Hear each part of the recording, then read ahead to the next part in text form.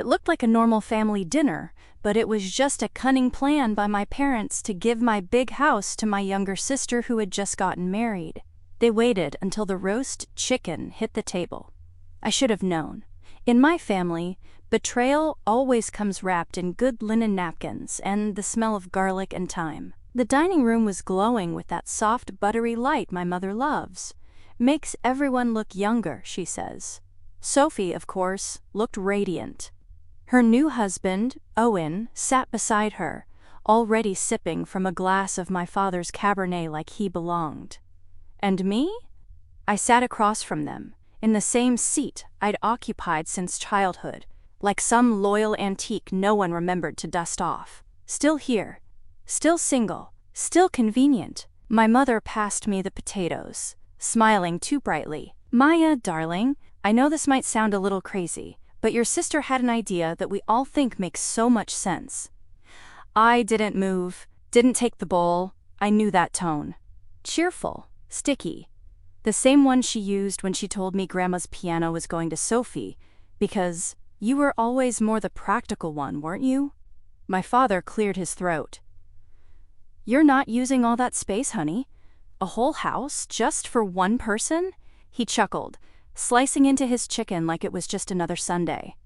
"It just seems logical." Sophie leaned in then, eyes wide and faux gentle. "We're just thinking short term, of course, while we save for something of our own. Owen's got that new position starting soon, and it would be such a blessing not to throw money away on rent." A blessing. That word landed like a slap. They were still talking. My mother listing out how perfect it would be. The neighborhood is so safe, and you're barely there anyway with all that traveling. And Sophie chiming in with that breathy, grateful tone she'd perfected since the wedding. They didn't see my hand tighten around the stem of my wine glass. They didn't hear the way my breath shortened. Or maybe they did, and didn't care. My home. The place I'd built, one scraped paycheck at a time. Every wall painted by me, every piece of furniture chosen, in quiet moments of triumph. They knew what it cost me. The late nights, the second job, the years I didn't take a vacation just to get the down payment together, they knew. And yet, here they were, discussing it like I was holding on to a spare guest room, not my life's anchor. "And since you're alone," my father added, not even looking up, "it just makes sense." That did it, not the ask, not even the assumption. But that, the word alone, as if it were a failing, a diagnosis, a justification. I swallowed the rising burn in my throat and placed my napkin on the table with a grace I didn't feel. I could have screamed. I could have laughed. I could have thrown the entire plate of rosemary potatoes across the room. But instead, I sat back, quiet, listening, watching. It's amazing what people reveal when they think you won't fight back. My silence grew thick, heavy. It filled the room like a rising tide. And for the first time that evening, someone noticed. Sophie stopped mid-sentence. My mother glanced at my untouched plate. My father poured more wine than he usually allowed himself. I smiled, just barely, and said nothing. Because sometimes, silence is the loudest thing in the room. They think they've won. They think my quiet means agreement. Let them, for now. I couldn't sleep that night. Not really. I don't even remember driving home from dinner, though I know I did. I parked in the same crooked angle I always do, next to the garden hose that never fully rewinds. The porch light clicked on as I stepped up, and the welcome mat I bought at that street fair in Santa Fe stared up at me like a dare. Make yourself at home. Inside, the silence pressed in thick and close. But it was different now. I didn't take off my coat. I just started walking. My hand trailed the edge of the hallway as I moved. Those walls weren't fancy, but they were mine. I'd chosen the deep green paint after weeks of samples taped up like patchwork. People told me it was too dark, too bold. I didn't listen. For once, I did what felt right for me. In the living room, the rug still had a faint coffee stain, from when I danced too hard with a mug in hand after getting the final loan approval. I remember the song playing, some jazz number with horns like laughter. And I remember twirling until I got dizzy, so full of disbelief that the house was actually mine. Mine. No one had given it to me. No one had co-signed. I did it all on my own. And now, they wanted to hand it over like it was a spare casserole dish. My footsteps slowed as I entered the dining room. The chairs were mismatched on purpose, one from a flea market in Michigan, another from an estate sale in Savannah. I remembered hauling that table inside alone, legs awkward and heavy, sweat dripping down my back while the neighbor watched with mild amusement from his porch. And the frame above the buffet? A photo of me on the front porch the day I closed, eyes puffy from crying, grinning like a fool. It was the proudest I'd ever been of anything. I stood there a long time. My fingers ran over the grain of the wood. Solid. Earned. Real. But now that dinner echoed in my head like a chorus I couldn't turn off. You're alone anyway. It just makes sense. They could really use the space. The worst part wasn't that they asked. It was that none of them even hesitated. Not one person at that table stopped to say, "But this is Maya's house." They'd already decided I was the easiest one to sacrifice. I moved into the bedroom, where a sun-faded quilt lay perfectly smooth across the bed. I made it that morning like I always do, a small act of control in a world that constantly tried to take it away. By the nightstand, a framed note from my old boss still sat, handwritten from the day I got promoted to project lead. You carry more than your share and still make it look easy. We see you. I remembered crying when I read it, not because of the compliment, but because I couldn't remember the last time someone in my family had said anything like that to me. In their eyes, I was dependable, which really meant disposable. They assumed I'd just make room, that I'd disappear quietly to make way for Sophie's picture-perfect next chapter. I was the flat character in her fairy tale, the helpful sister who made everything possible, then faded into the background. But I wasn't background, not anymore. I sank into the edge of the bed and let the quiet settle around me. It was the kind of silence that didn't ask for anything. No performance, no pretending. Just breath and heartbeat and stillness. This house had been my sanctuary, my shield, my proof, and now it was my battleground. I stared out the window at the dark stretch of street beyond. Somewhere, in one of the neighboring homes, someone else was probably tucking in for the night, unaware of the quiet war brewing just 2 doors down. And in that moment, something inside me shifted. Not rage, not sadness, something sharper, clearer, resolve. They thought silence meant surrender, but they'd forgotten something very important about me. I didn't raise my voice often, but I never let go of what I built. They just didn't know that yet. The next morning, I needed noise, real noise. Clinking mugs, hissing milk steam, the low murmur of strangers talking about things that had nothing to do with me. Anything but that echoing silence at home. So I texted Ava. She didn't ask questions, just sent back. Usual spot, 20 minutes. By the time I reached the cafe, she was already there. One leg tucked under her like always, 2 cappuccinos on the table. Mine was still piping hot. She knew how I liked it. Extra cinnamon on top. A small kindness that somehow hit harder than anything my family had said in years. "You look like you've been hit by a truck," she said gently. I gave her a tight smile and slid into the chair across from her. Sunday lunch happened. Her expression sharpened. "What did they do?" I didn't answer at first. Just took a long sip, letting the bitterness curl on my tongue before I whispered, "They want me to give Sophie the house." Ava blinked, lips parting like she couldn't quite believe she heard me right. "Your house?" I nodded. "They asked you to give it to her?" "Well, technically, just let her and Owen move in while they get settled." But the tone was clear. Temporary in name only. Ava stared at me for a long second, then exhaled slowly, the way she does when she's trying not to throw her coffee across the room. "And what did you say?" "Nothing." Her eyebrows shot up. "I didn't say a word. I just sat there, and listened while they carved me out of my own life like I wasn't even in the room. Ava reached for her bag. "Give me the deed." "What?" She pulled out her laptop, flipped it open, and looked at me like I was taking too long. "You do have the deed, right?" I nodded and started rummaging through my purse. "Yeah. I printed a copy after refinancing last year." "Why?" "Because we're going to remind you who this house actually belongs to." She opened the PDF with a few quick clicks, adjusting her glasses as her eyes scanned the document. I watched her brow crease as she read, slowly, carefully, like the words mattered. And for the first time in days, I felt something close to safety. "You worked 2 jobs for 3 years to afford this down payment," she said quietly. "You took 0 financial help. You gave up promotions to stay close to the city while your parents were sick.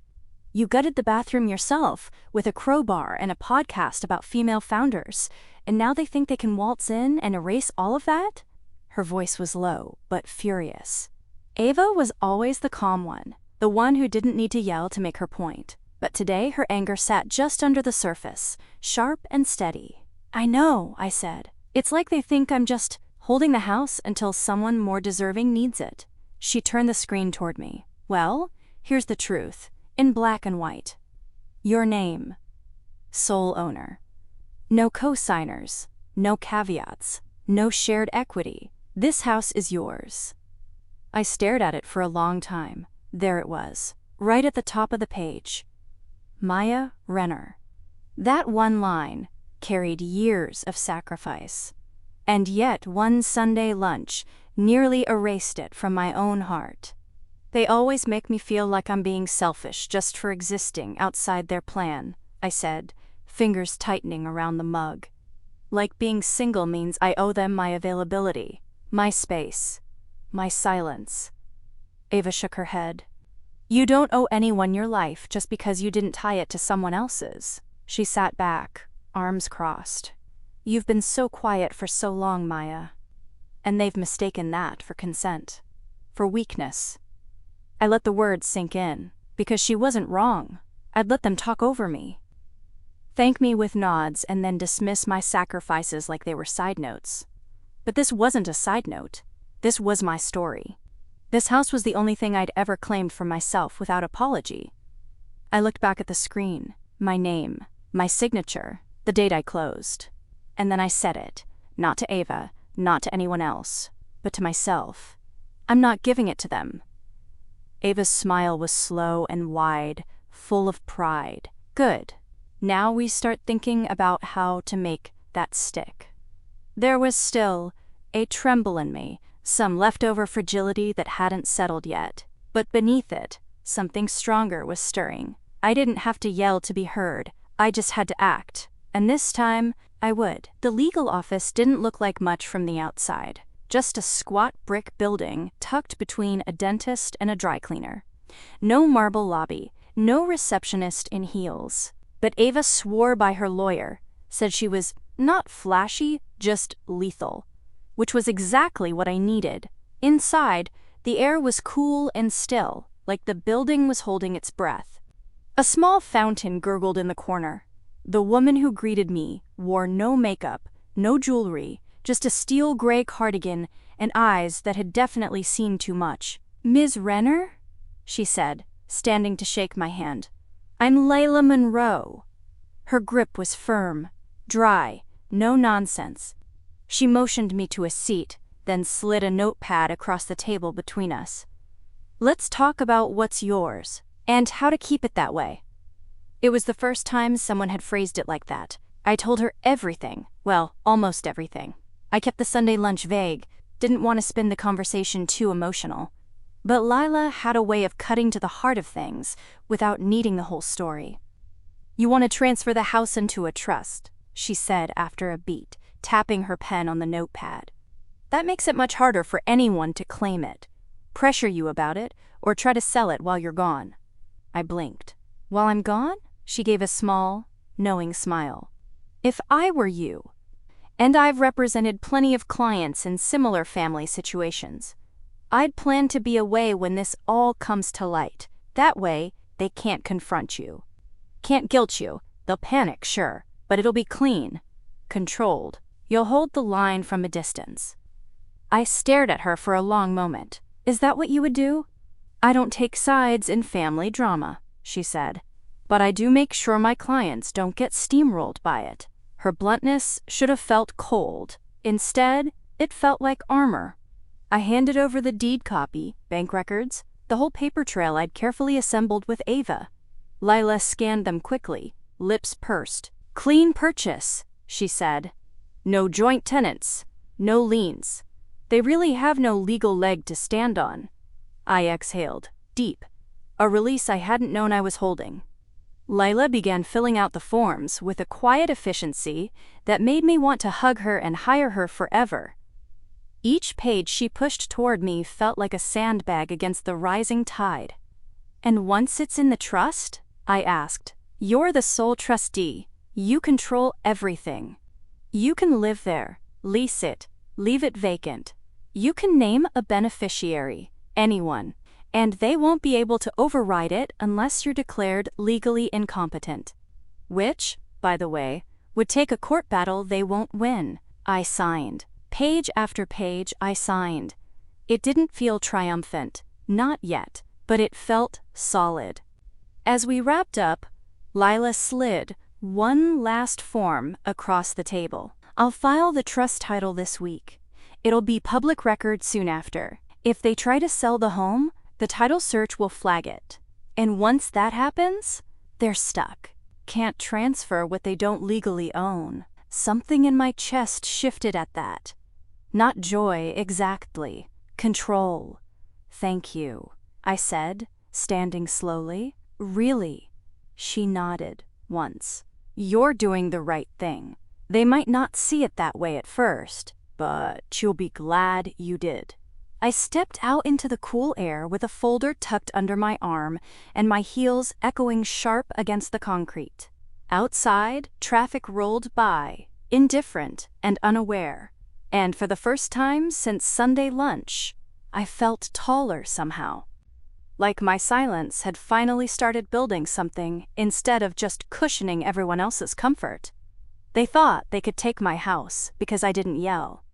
What they didn't understand was that I didn't need to. I could dismantle their assumptions with ink and paper, and I just had. The living room in my parents' house still smells like lemon polish and Sunday guilt.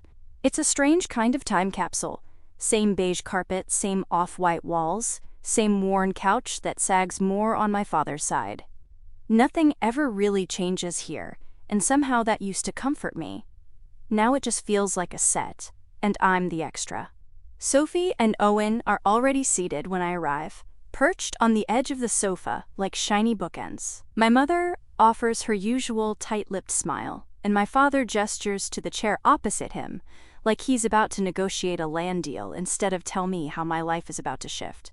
For everyone's benefit. I sit quietly, this time. I don't bring coffee, don't bring homemade cookies, don't bring anything to soften my presence.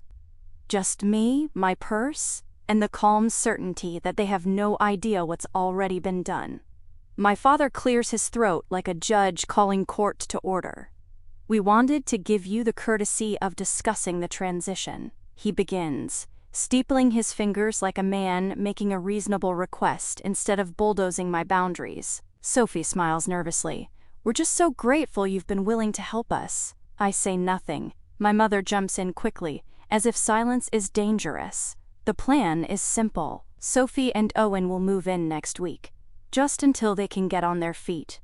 You'll have some time to get settled somewhere else. Somewhere else. As if I'm subletting a room. As if my life is portable, temporary, interchangeable." I nod. Sophie exhales in relief. "I knew you'd be understanding." My father claps his hands together, satisfied. "Then we'll coordinate the moving truck. Owen's brother has a connection with a great storage company. It's all coming together." I nod again. That's all I give them. No protest, no hint of resistance. Just a soft, agreeable smile, and one long, unblinking look at the family, who has rewritten me out of my own story. Their voices blur into a hum as they discuss logistics. My name barely comes up. I've been moved out in their minds, boxed up like an old photo album no one opens anymore. When I finally stand to leave, my mother touches my arm gently. "It'll be good for everyone, sweetie. You'll see." I meet her eyes for a beat, longer than I should. Then I say, simply, "Sure." I walk out without another word, and just like that, they think it's done. Back at home, I pack like someone preparing for a storm. Not in panic, not in haste, but with the quiet intensity of someone who knows the clock is ticking and refuses to be caught off guard. I start with the closet, only the essentials. Clothes that fit my now. Shoes that carried me through interviews, airports, long walks when I needed to remember who I was. Everything else goes into vacuum bags, sealed tight. Labeled, ready. The photo albums come next. Not many. My life was never big on snapshots, but the ones I have matter. A Polaroid of me on the porch the day I got the keys. A picture of me and Ava on the floor, eating Chinese food out of the box, no furniture yet in sight. Proof that I built this life. I wrapped the frames in towels, not bubble wrap. Towels I bought on clearance during a January sale when money was still tight. Somehow that feels more fitting. Room by room, I dismantle my sanctuary. No one knows what I'm doing. I don't tell Ava, not even Lila. I want this part to belong only to me. It's not fear, it's preservation, the kind of silence that builds walls, not tears them down. I box up every document, insurance, title records, receipts from repairs and renovations, everything that proves this place is mine. The paperwork they'll soon try to find, and won't.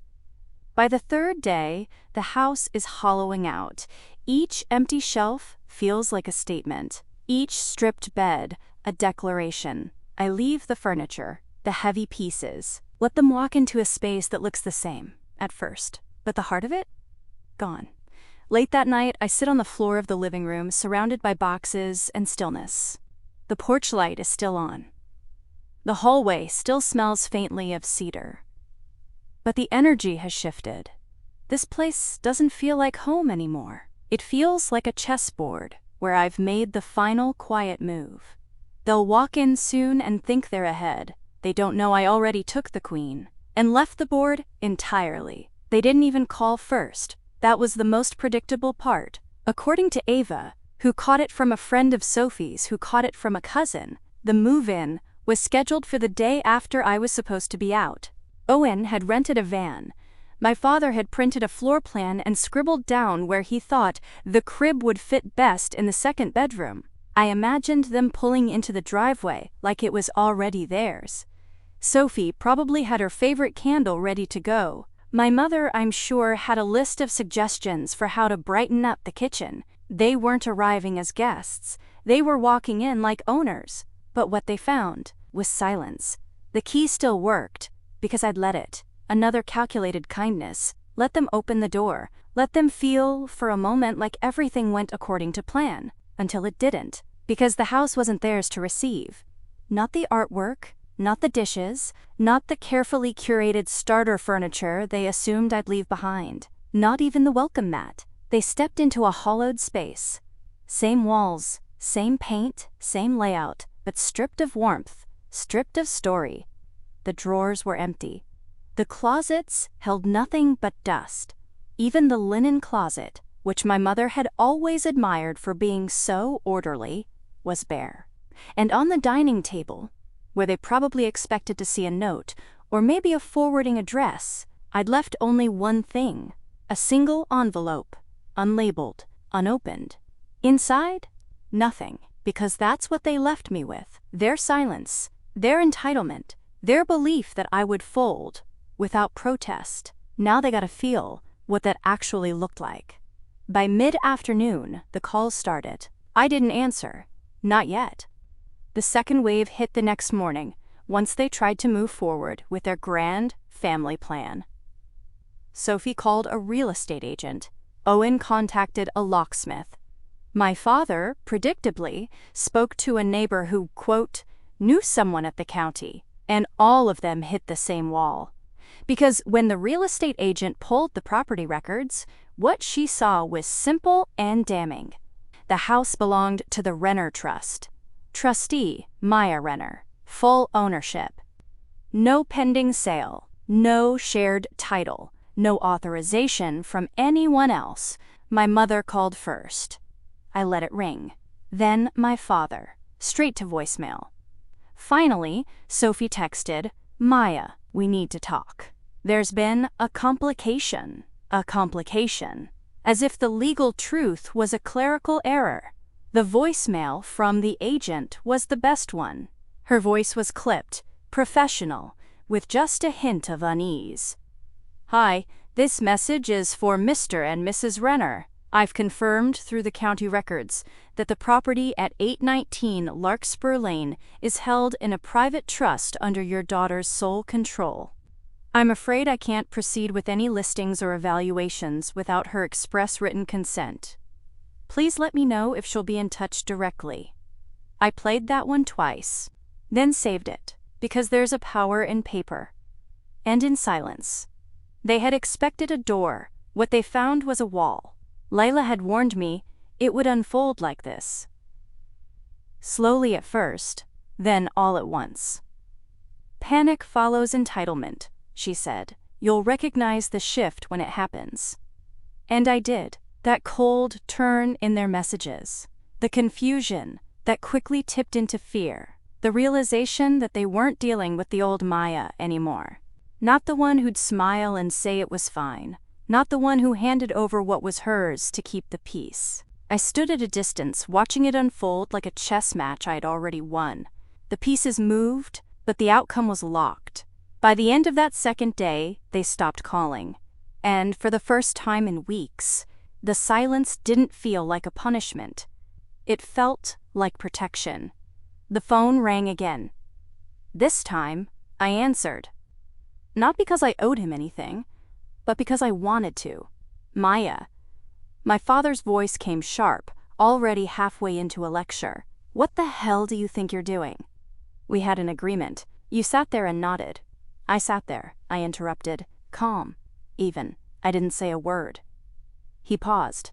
I could hear him adjusting in his chair, maybe pacing. He always paced when he was nervous, but didn't want anyone to know. "You knew what we were planning," he snapped. "You should have said something then." I smiled, just slightly. "Let the silence hang. Let it do its work." "I find it interesting," I said slowly, "that when I stayed quiet while you all spoke over me, you took it as consent. But now, when I act quietly, you call it betrayal." "That's not what this is about," he said, voice rising. "This is about family, about doing what's right. You're turning this into some kind of—" "I'm turning it into mine," I cut in. The words were simple, but they shook something loose in me. All those years I'd played the role. Dutiful daughter, quiet listener, the reliable one who didn't ask for much. And the moment I stopped nodding along, I became a problem. But I wasn't afraid of that anymore. He was still talking, trying to regain control, to reframe the narrative. I let him rant for a few seconds about how I was being ungrateful, how I was embarrassing the family, how I should have handled this in private. Then I said, cool and steady, "You thought silence meant agreement."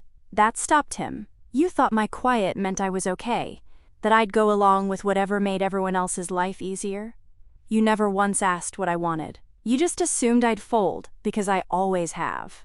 But not this time." The line went quiet, not fully disconnected, just stunned. I imagined him sitting there, brow furrowed, mouth slightly open, trying to reconcile the voice on the phone with the daughter he thought he knew. "I'm not angry," I added. "I'm just done pretending this dynamic is fair." "Maya," he started. But I didn't let him finish. "I'm not giving away my home. I'm not a placeholder in this family. And I'm not disposable." Then gently, so gently I could almost hear his breath catch, I ended the call. Not with a bang, but with clarity. For the first time, I realized the power wasn't in shouting. It was in walking away before they could write the ending for me. I didn't rush to send it. I let a full day pass. One quiet, golden morning in a borrowed workspace, with a view of a city skyline I didn't owe anything to. I sat with a warm mug of tea, my laptop open, the soft buzz of strangers working around me, anonymous. Free. Then I opened the folder. The final version of the trust deed Layla sent. Neat. Legally sound. Ironclad. I reread it one more time. Not because I doubted it, but because it felt like reading my own name in a language I finally understood. This is mine. I made this. Then I opened a new email, addressed it to all of them. No greeting, no small talk, just the words I'd crafted carefully, each one chosen like a stone in a foundation. Subject: for the record. This home is not a placeholder. It is not a temporary solution to someone else's inconvenience. It is not a family asset to be distributed based on who married first, who shouted loudest, or who needed it more. This house is mine. Legally, financially, historically, personally, it will not be sacrificed to anyone's idea of what's fair, and I am not disposable. Please find the attached deed establishing the trust in my name. Do not contact me about moving plans, repairs, or key arrangements. This matter is not up for discussion. I wish you all well. Maya. I stared at it a moment longer, then hit send. I didn't expect a reply. Not right away. And I didn't need one. Because this wasn't about their response. It wasn't about getting them to understand. I'd finally let go of that hope. This was about documenting the truth.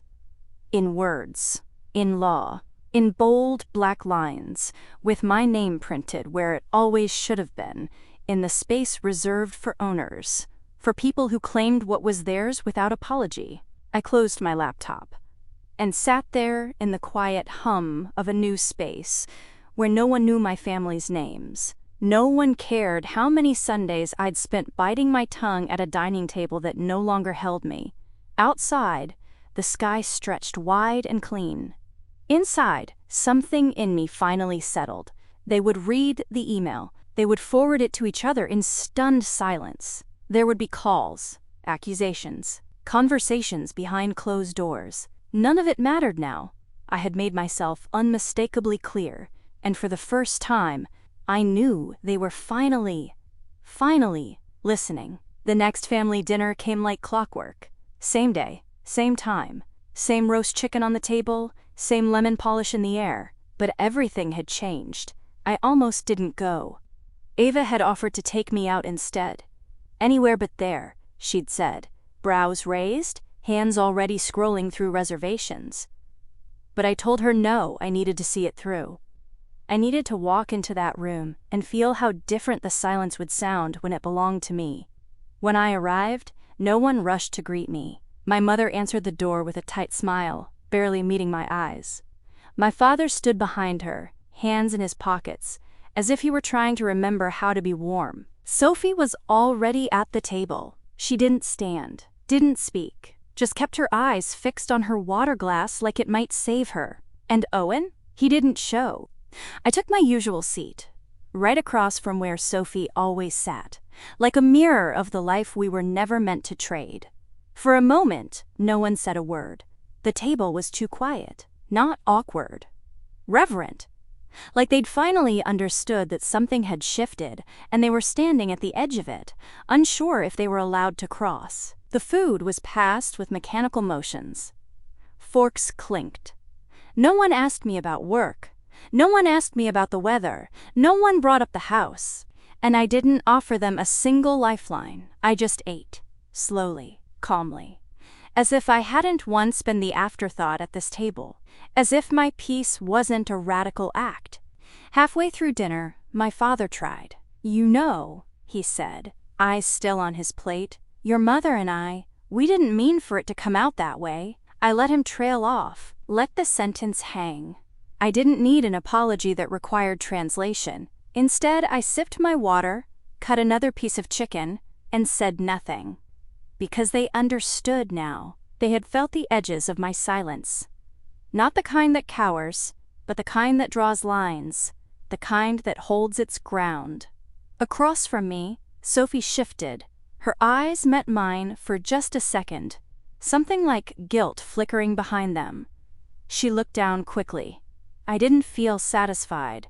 This wasn't revenge. It wasn't triumph. It was peace, earned, held, unshakable. By dessert, my mother asked if I wanted to take some home. She meant well. But I said no. I have everything I need, I said softly. And I did. I walked out of that house lighter than I'd ever felt walking into it. No raised voices, no dramatic speeches, just the quiet power of someone who refused to disappear. Have you ever been underestimated because you stayed quiet? Share your story in the comments. Let's talk about what it really means to take up space.